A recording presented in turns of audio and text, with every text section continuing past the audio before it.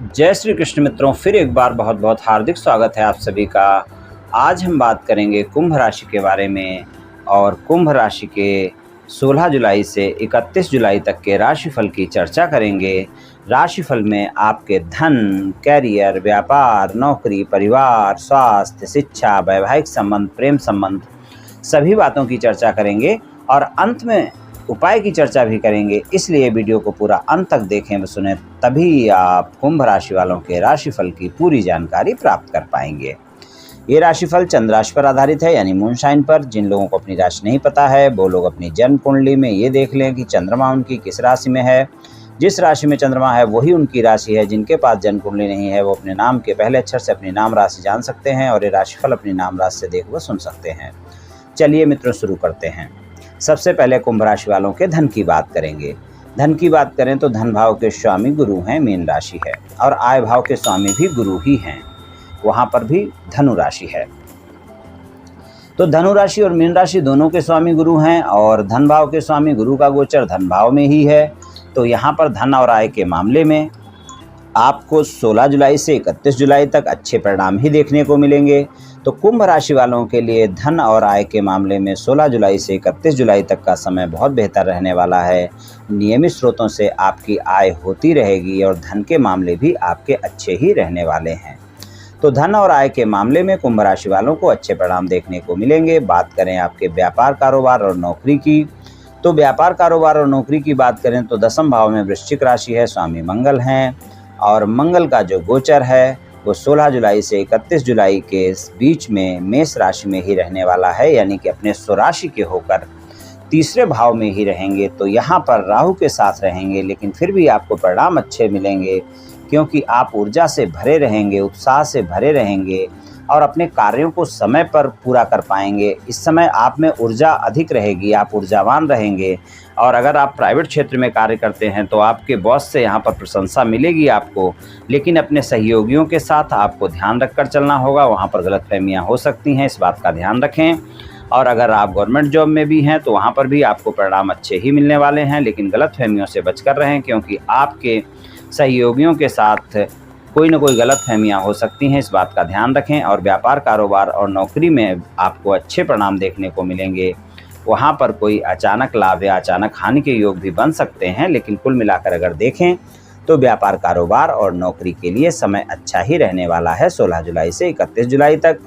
लेकिन आपके खर्चे बढ़े रह सकते हैं क्योंकि इस समय पर जो शनिदेव का गोचर है वो आपके 12वें भाव में होगा, जो कि आपके राशि स्वामी भी हैं। तो खर्चों की अधिकता कहीं न कहीं देखने को मिल सकती है, इस बात को आपको ध्यान रखकर चलना होगा।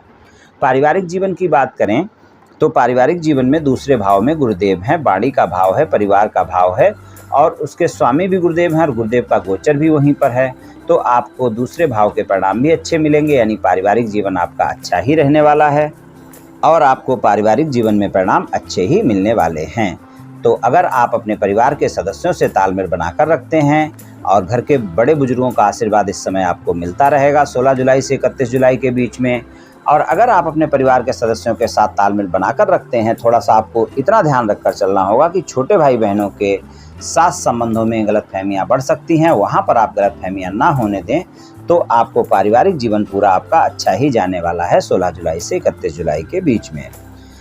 बात कर लेते हैं आपके स्वास्थ्य की बात करें तो छठे भाव में कर्क राशि है, स्वामी चंद्रमा है और चंद्रमा का गोचर तो सभी राशियों में होता है, वो सवा 2 दिन में राशि परिवर्तन कर लेते हैं। तो स्वास्थ्य के मामले में आपको सामान्य परिणाम ही मिलेंगे। हालांकि स्वास्थ्य के मामले में कोई दिक्कत ज़्यादा नहीं है क्योंकि आपके राशि स्वामी की दृष्टि छठे भाव पर बनी रहेगी। तो अगर कोई गंभीर स्वास्थ्य समस्या है तो उसमें भी आराम देखने को मिलेगी और अगर कोई छोटी मोटी स्वास्थ्य समस्या होती है तो वो भी आपकी ठीक हो जाएगी। लेकिन फिर भी अगर कोई स्वास्थ्य समस्या होती है तो कोताही बिल्कुल नहीं बरतनी है, डॉक्टर से परामर्श लेना है, स्वस्थ दिनचर्या अपनानी है, योग प्राणायाम करना है, तनाव से बचना है, इस बात का ध्यान रखें। शिक्षा की बात करें तो पंचम भाव में मिथुन राशि है, स्वामी बुध हैं और बुध का गोचर जो है 17 जुलाई से कर्क राशि में हो जाएगा और वहाँ पर वो 31 जुलाई तक वहीं पर रहेंगे। तो आपके पंचम भाव के स्वामी का गोचर 17 जुलाई से कर्क राशि में हो जाएगा, यानी सिर्फ एक दिन के लिए वो पंचम भाव में होंगे। तो आपको शिक्षा में परिणाम अच्छे ही मिलने वाले हैं क्योंकि छठे भाव में गोचर हो जाएगा। तो अगर आप कोई कंपटीशन एग्जाम वगैरह की तैयारी कर रहे हैं तो यहाँ पर आपको बहुत अच्छे परिणाम देखने को मिलेंगे। 17 जुलाई से 31 जुलाई तक अगर आपने अच्छे से मेहनत की है तो यहाँ पर आपको परिणाम भी काफ़ी अच्छे मिल सकते हैं। और अगर सामान्य शिक्षा आप ग्रहण कर रहे हैं तो वहाँ पर भी परिणाम अच्छे रहेंगे, लेकिन अगर कंपटीशन एग्जाम की कोई तैयारी कर रहे हैं तो वहाँ पर ज़्यादा बेहतर परिणाम देखने को मिल सकते हैं इस समय पर आपको। तो शिक्षा के लिए सामान्य परिणाम की उम्मीद आप कर सकते हैं और सामान्य परिणाम आपको मिलेंगे भी। वैवाहिक संबंध आपके अच्छे रहने वाले हैं, वैवाहिक संबंधों में भी कोई दिक्कत वाली बात नहीं दिख रही है। वैवाहिक संबंधों में आपको अच्छे परिणाम मिलेंगे। सप्तम भाव के स्वामी सूर्य हैं, जिनका 16 जुलाई से कर्क राशि में गोचर हो जाएगा। इससे पहले वो मिथुन राशि में रहेंगे, तो कर्क राशि में गोचर रहेगा और 16 जुलाई से 31 जुलाई तक कर्क राशि में ही यहाँ पर हैं सूर्यदेव। तो आपको अपने साथी से व्यर्थ के वाद विवाद से बचना होगा, इस बात का ध्यान रखें। और आपके जीवन साथी के स्वास्थ्य का ध्यान भी रखकर चलना होगा। इन दोनों बातों का विशेष आपको ध्यान रखना होगा।